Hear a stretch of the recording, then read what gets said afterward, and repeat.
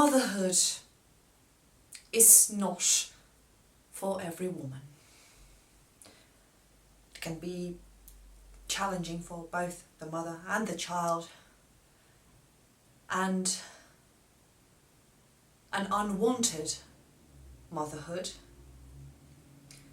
can have devastating consequences. Welcome, this is Check That Book, and we really need to talk about Kevin.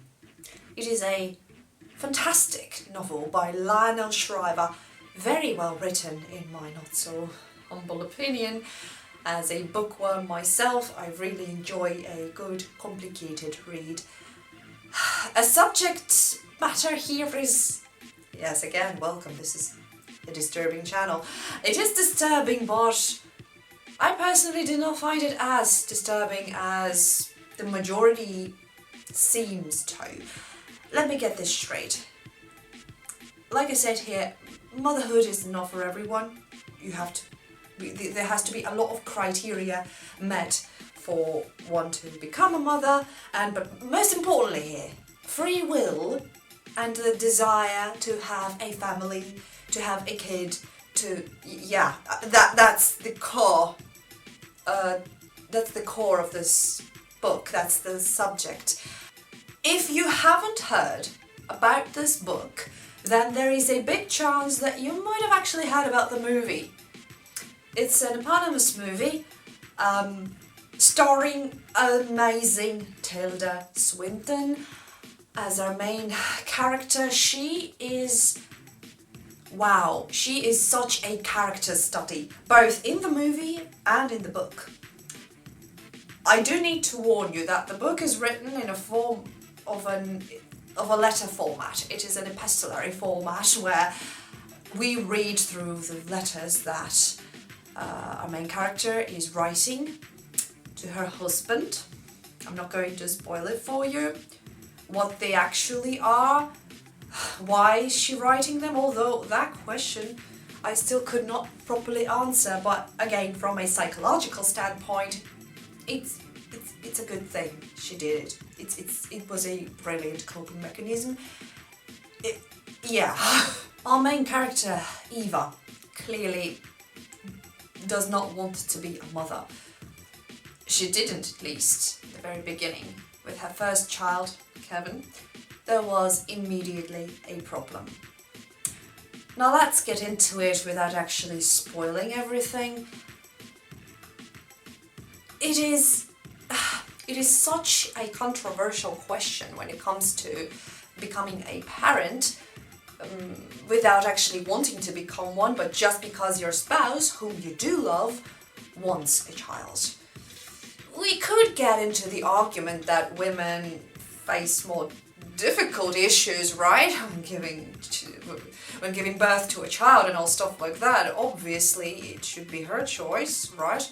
But if you love your spouse, you tend to get emotionally attached, right? You tend to want the same things he wants. You tend to, not want, but want is not the correct word here. You tend to cling on to every possibility to keep your relationship or marriage together. Thankfully, this tendency is subsiding, but it's still there. Many women still do that, again, in order to save or keep a relationship. And this case with Eva, she gave up basically everything she lived for, not just her comfort zone and what she loves in life. It affected her profession and it involved a lot of traveling, which is cool. She gives up more than her husband does in this case. And it hurts to read that. It hurts to read when she writes that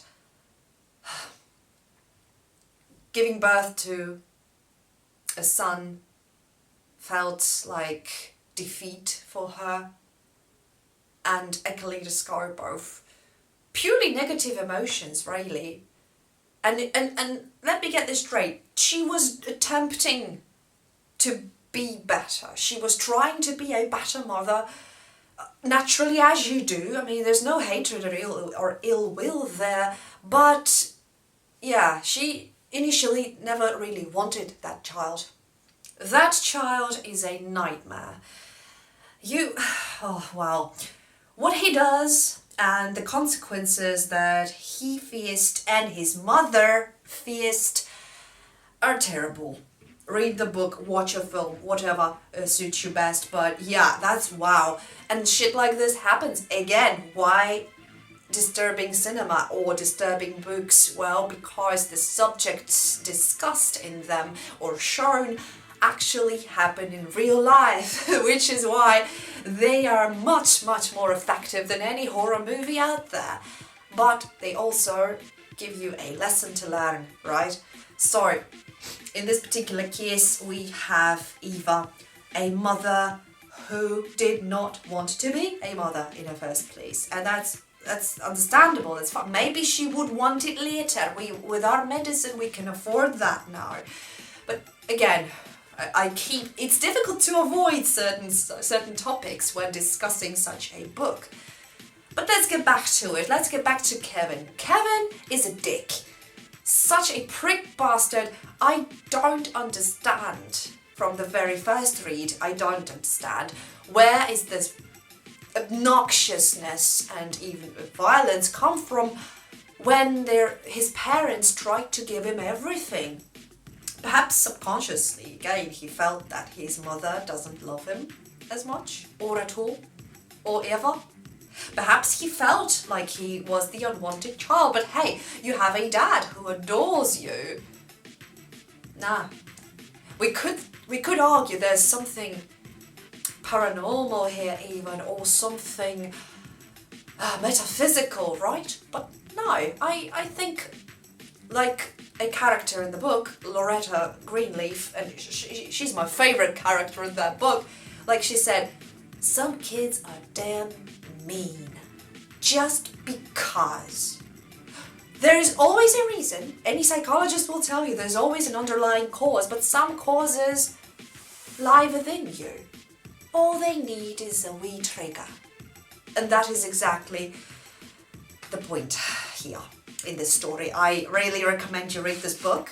It's not graphic, honestly. It's descriptive, but there's no balls to the walls gore and stuff like that. No, it's very articulate, very smooth read. Just read the book or watch a film. Again, I admire the film adaptation of the book. It's well done. Google it yourself.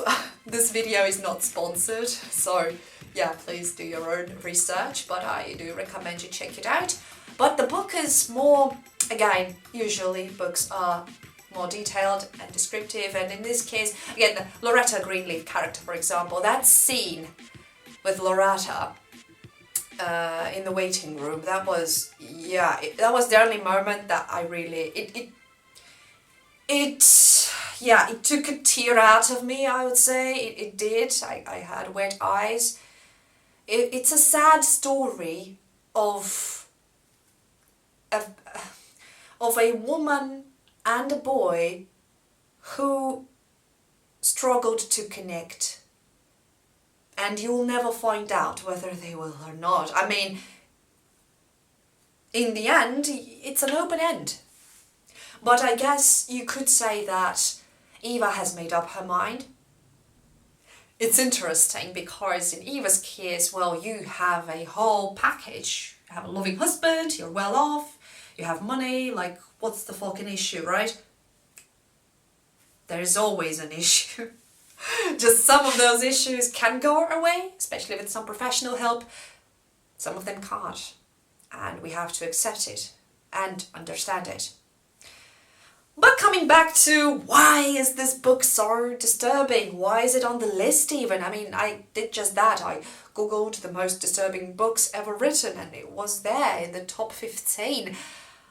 I took it because I've seen a film again, so it was the case of me watching a film before reading a book, and I was pleasantly surprised that, yeah, this book is very well written.